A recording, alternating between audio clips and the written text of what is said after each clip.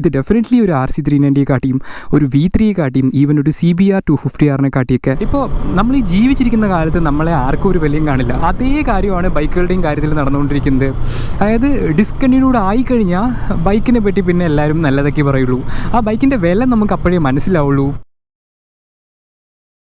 Welcome back to Traction 4. ഇന്ന് എൻ്റെ അടുത്തുള്ളത് യമഹ R3 ആണ്. എൻ്റെ ഫേവറേറ്റ് ആയിട്ടുള്ള കാറ്റഗറികളിൽ ഒരെണ്ണമാണ് ഈ പറയുന്ന 300 ക്ലാസ്സിലെ തന്നെ ഫുള്ളി ഫെയർഡ് ആയിട്ടുള്ള ട്വിൻ സിലിണ്ടർ എഞ്ചിൻസ് എന്ന് പറയുന്നത്, അല്ലെങ്കിൽ 300cc ക്ലാസ്സിലെ ട്വിൻ സിലിണ്ടർ ഫുള്ളി ഫെയർഡ് ആയിട്ടുള്ള ബൈക്കുകൾ. ഈ ഒരു കാറ്റഗറിയിൽ നിങ്ങൾക്ക് ഒരുപാട് ബൈക്കുകളൊന്നും കാണാൻ പറ്റില്ല. നിഞ്ച 300 ഉണ്ട്, ബെൻലി 302R ഉണ്ട്, R3 ഉണ്ട്, അങ്ങനെയുള്ള കുറച്ച് ബൈക്കുകൾ മാത്രമേ കാണാൻ പറ്റൂ. അതിൽ തന്നെ ഏറ്റവും പവർഫുൾ ആയിട്ടുള്ള വണ്ടിയാണ് ഇന്ന് എൻ്റെ അടുത്തുള്ളത്. ഇത് ഡെഫിനറ്റ്ലി ഒരു നിഞ്ച 300നെ കാട്ടിയൊക്കെ പവർഫുൾ ആണ്. അതിൻ്റെ CC തന്നെ അതിനെക്കാട്ടിയും കൂടുതലാണ്. ഇതൊരു 321cc എഞ്ചിനാണ്. മാത്രമല്ല നിഞ്ചയിൽ കാണുന്നതിനെക്കാട്ടിയും കംപ്രഷൻ റേഷ്യോ കൂടിയ ഒരു എഞ്ചിനാണ് ഇതിലിരിക്കുന്നത്. നിഞ്ച 300നെക്കാട്ടിയും കുറച്ചുകൂടി റിച്ചർ ആയിട്ടുള്ള ഒരു ഫ്യൂലിംഗ് ഫീൽ ചെയ്യുന്നുണ്ട് വണ്ടി ഓടിക്കുന്ന ടൈമിൽ.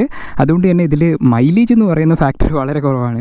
18, 19, 20, 21, 22 ആ ഒരു റേഞ്ചിലൊക്കെയാണ് മൈലേജ് കിട്ടാറുള്ളത്. അപ്പോൾ മൈലേജ് നോക്കി വരുന്ന ആരും ഈ ഒരു വണ്ടിയുടെ അടുത്തേക്ക് വരണ്ട. പക്ഷേ എന്ത് നോക്കി വരണം എന്ന് ചോദിച്ചു കഴിഞ്ഞാൽ സ്പോർട്സ് ടൂറിംഗ് എന്ന് പറയുന്ന ഒരു കാര്യം ഇത്രയും ഗംഭീരമായിട്ട് ചെയ്യാൻ പറ്റുന്നൊരു വണ്ടി ഈ ഒരു ക്ലാസ്സിൽ ഞാൻ വേറെ കണ്ടിട്ടില്ല. നിഞ്ച 300 ഉണ്ട്, അതിനെപ്പറ്റി നമുക്ക് ഡീറ്റെയിൽ ആയിട്ട് പറയാം. ഞാൻ കുറച്ച് ഈ ഒരു വീഡിയോയ്ക്കകത്ത് നിഞ്ച 300നെ കൂടി കമ്പയർ ചെയ്തായിരിക്കും സംസാരിക്കുക. അത് വേറൊന്നിനുമല്ല, കൂടുതൽ ആളുകളും ഇതിനെയും നിഞ്ച 300നെയും നോക്കുന്നുണ്ട്, രണ്ടും കമ്പയർ ചെയ്ത് നോക്കുന്നുണ്ട്. പിന്നെ നിങ്ങൾക്ക് കുറച്ചുകൂടി ഒരു ക്ലാരിറ്റി കിട്ടാനാണ്.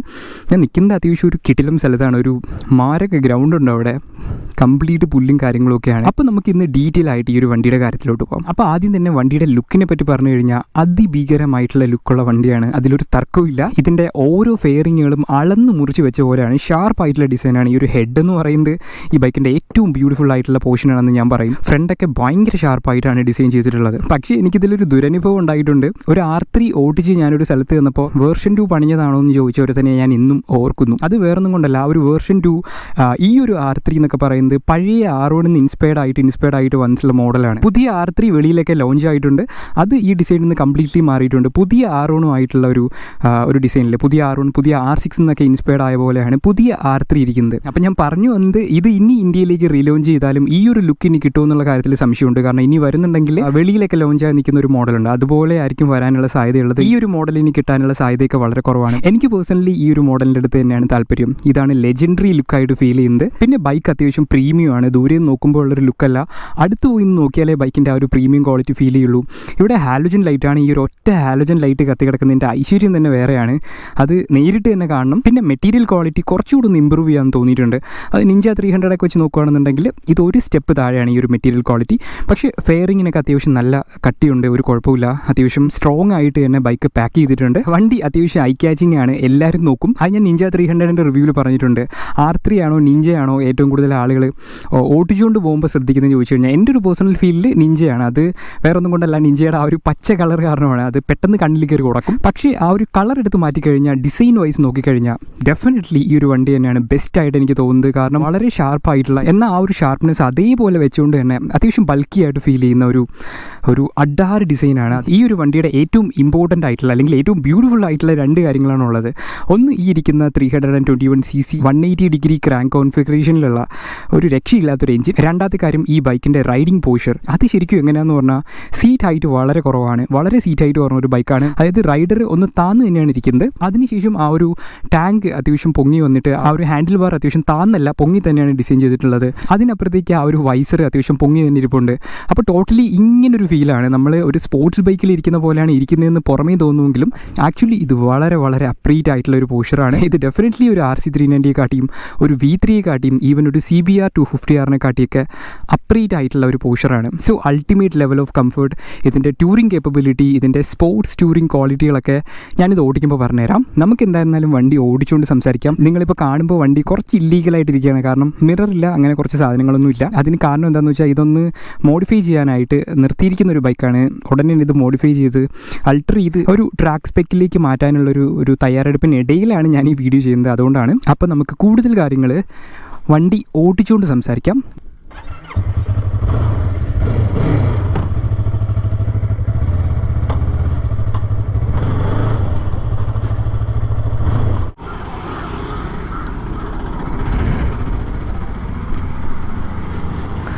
ഓക്കെ, നമ്മളൊരു ചെറിയ റോഡ് കിട്ടിയിട്ടുണ്ട്. ഇവിടെ വലിയ റോഡും കാര്യങ്ങളൊന്നുമില്ല, നമുക്ക് ഉള്ളതുകൊണ്ട് അഡ്ജസ്റ്റ് ചെയ്യാം.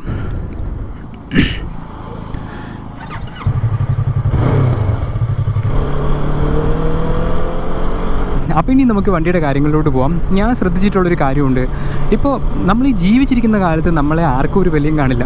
അതായത് ഭയങ്കര ഉടായ്പൊക്കെ കാണിച്ചു കിടക്കുന്ന ഒരുത്തനായിരുന്നാലും അവൻ മരിച്ചു കഴിഞ്ഞാൽ അവൻ അവൻ്റെ നാട്ടിലെ ഭയങ്കര ഹീറോയാണ്, അവൻ നല്ലവനായിരുന്നു അല്ലെങ്കിൽ നല്ല പയ്യനായിരുന്നു എന്നൊക്കെയുള്ളൊരു അഭിപ്രായം എല്ലാവരും പറഞ്ഞു കൊടുക്കും. അതേ കാര്യമാണ് ബൈക്കുകളുടെയും കാര്യത്തിൽ നടന്നുകൊണ്ടിരിക്കുന്നത്.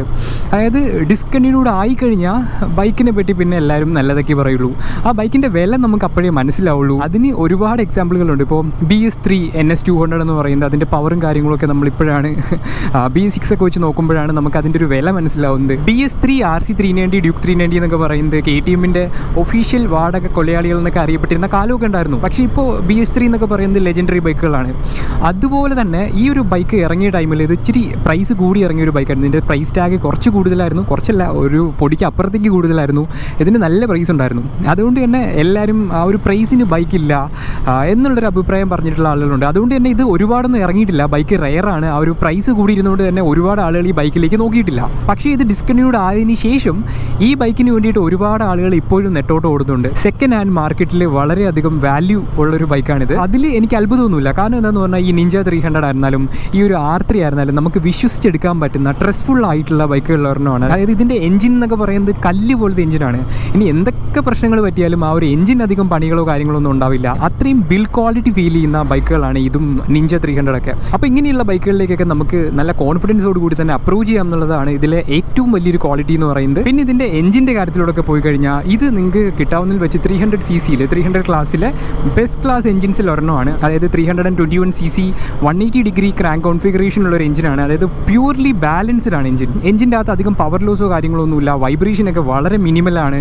അതുകൊണ്ട് തന്നെ maximum power at maximum Rive range ആണ്. അതായത് ഒരു 13K RPM വരെ കയറുന്ന ഒരു ഹൈ റിവിംഗ് മോട്ടറാണ്. ട്വിൻ സിലിണ്ടർ ആയതുകൊണ്ട് തന്നെ ഹയർ റിവിംഗ് കപ്പാസിറ്റിയിൽ അത്ഭുതമൊന്നുമില്ല. എസ്പെഷ്യലി ഈ ഒരു 300cc ക്ലാസ്സിന് അതൊരു പ്രശ്നമേ അല്ല. കാരണം എന്താണെന്ന് വെച്ചാൽ 300cc എന്ന് പറയുമ്പോൾ ഓരോ പിസ്റ്റനും വളരെ ചെറുതായിരിക്കും. ട്വിൻ സിലിണ്ടർ ആകുമ്പോൾ 150 മാത്രമേ കാണുള്ളൂ. CC കപ്പാസിറ്റി കുറഞ്ഞ പിസ്റ്റൻ്റെ എണ്ണം കൂടി പോകുമ്പോൾ ബൈക്കിൻ്റെ റിവിംഗ് കേപ്പബിലിറ്റി കൂടും, അല്ലെങ്കിൽ RPM ഗെയിൻ ചെയ്യാനുള്ള കഴിവ് കൂടും. അപ്പോൾ വളരെ സ്മൂത്ത് ആയിട്ടുള്ള, അതിൽ എടുത്തു പറയാനുള്ള കാര്യം എന്താണെന്ന് പറഞ്ഞാൽ ഇതൊരു ബ്രൂട്ടൽ ആയിട്ടുള്ള ബൈക്കല്ല. അതായത് ഈ ഒരു 300cc ട്വിൻ സിലിണ്ടർ ബൈക്ക് എന്ന് പറയുമ്പോൾ ഇപ്പോൾ Ninja 300 എടുത്താലും Bentley 302R എടുത്താലും ഇതൊക്കെ ഒരു ബിഗിനർ ഫ്രണ്ട്ലി ആയിട്ടുള്ള ബൈക്കാണ്. ബിഗിനർ ഫ്രണ്ട്ലി എന്ന് പറയുന്നത് ഡയറക്റ്റ്ലി ഒരു സ്കൂട്ടറിൽ നിന്ന് ഇതിലോട്ട് കയറുന്ന ആളിനെ പറ്റിയല്ല. ഒരു 150cc അത്യാവശ്യം നല്ല എക്സ്പീരിയൻസ് ഉള്ള ഒരാൾക്ക് ഈസി ആയിട്ട് കൺട്രോൾ ചെയ്യാൻ പറ്റുന്നൊരു ബൈക്കാണിത്.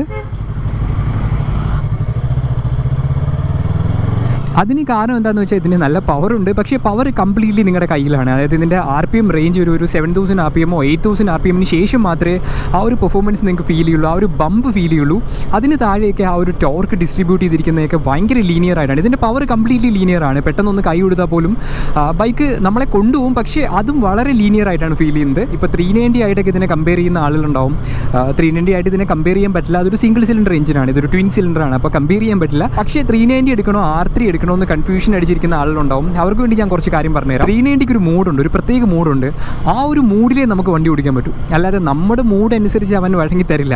പക്ഷേ ഈ ഒരു വണ്ടിയുടെ കാര്യത്തിൽ നമ്മുടെ മൂഡിനനുസരിച്ച് അവനെ നിർത്താൻ പറ്റും. അതാണ് 390യും ഇതും തമ്മിലുള്ള ഡിഫറൻസ് എന്ന് പറയുന്നത്. പിന്നെ 390 പോലെ ഷോർട്ടർ ഗിയർ റേഷ്യോസ് അല്ല. അതുകൊണ്ട് തന്നെ ഒരുപാട് ഗിയർ ഷിഫ്റ്റിൻ്റെ ആവശ്യം വരുന്നില്ല. 390 കാട്ടി ലോ ആൻഡ് ടോർക്ക് ഉണ്ട്. അതുകൊണ്ട് തന്നെ നിങ്ങൾക്ക് ഒരു 6th ഗിയറിലൊക്കെ അത്യാവശ്യം താഴ്ന്ന സ്പീഡിലൊക്കെ പോകാം. ഒരുപാട് ജെർക്കിങ്ങോ കാര്യങ്ങളോ ഒന്നും വരുന്നില്ല. പിന്നെ ജെർക്ക് ചെയ്യിച്ചാലും ആ ഒരു എഞ്ചിൻ വെളിയിൽ കാണിക്കുന്നില്ല. അതായത് ഇതിൻ്റെ എഞ്ചിൻ ഇടിക്കുന്ന സൗണ്ട് പോലും ഭയങ്കര സോഫ്റ്റ് ആയിട്ടാണ്.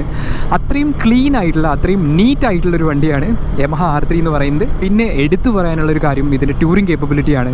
ഇത് ഇപ്പോൾ മാർക്കറ്റിൽ, ഇപ്പോൾ ഒരു സെക്കൻഡ് ഹാൻഡ് മാർക്കറ്റിൽ നിങ്ങൾക്ക് കിട്ടാവുന്നതിൽ വെച്ച് ബെസ്റ്റ് സ്പോർട്സ് ടൂറർ എന്ന് പറയാൻ പറ്റുന്നൊരു വണ്ടിയാണ്.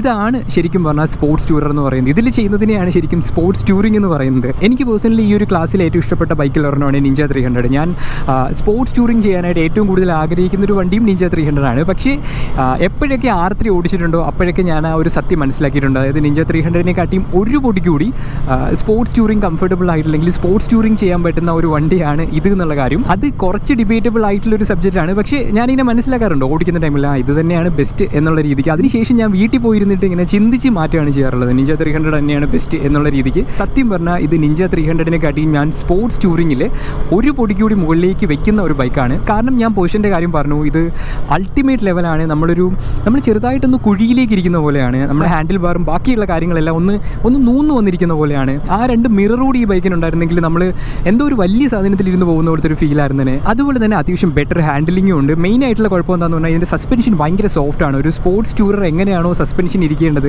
അതുപോലെ ഡിസൈൻ ചെയ്തിട്ടുള്ള ഒരു സസ്പെൻഷനാണ്. അതുകൊണ്ട് തന്നെ അത്യാവശ്യം നല്ല സോഫ്റ്റ് ആണ്. കുഴപ്പം എന്താണെന്ന് വെച്ചാൽ കോർണർ ചെയ്യുന്ന ടൈമിലുള്ള കോൺഫിഡൻസ് ഒരു പൊടിക്ക് താഴെയാണ്. അതിപ്പോൾ സസ്പെൻഷൻ ഈ ഒരു രീതിക്ക് ഇരിക്കുന്നതുകൊണ്ട് തന്നെ ഒരു പൊടിക്ക് താഴെയാണ്. പിന്നെ എനിക്ക് ഈ വണ്ടിയിൽ ഇപ്പോൾ കോർണർ ചെയ്യാനേ തോന്നുന്നില്ല. അതിന് കാരണം എന്താണെന്ന് വെച്ചാൽ ഇപ്പോൾ ഇതിൽ കിടക്കുന്നത് C8-ൻ്റെ ടയറാണ്.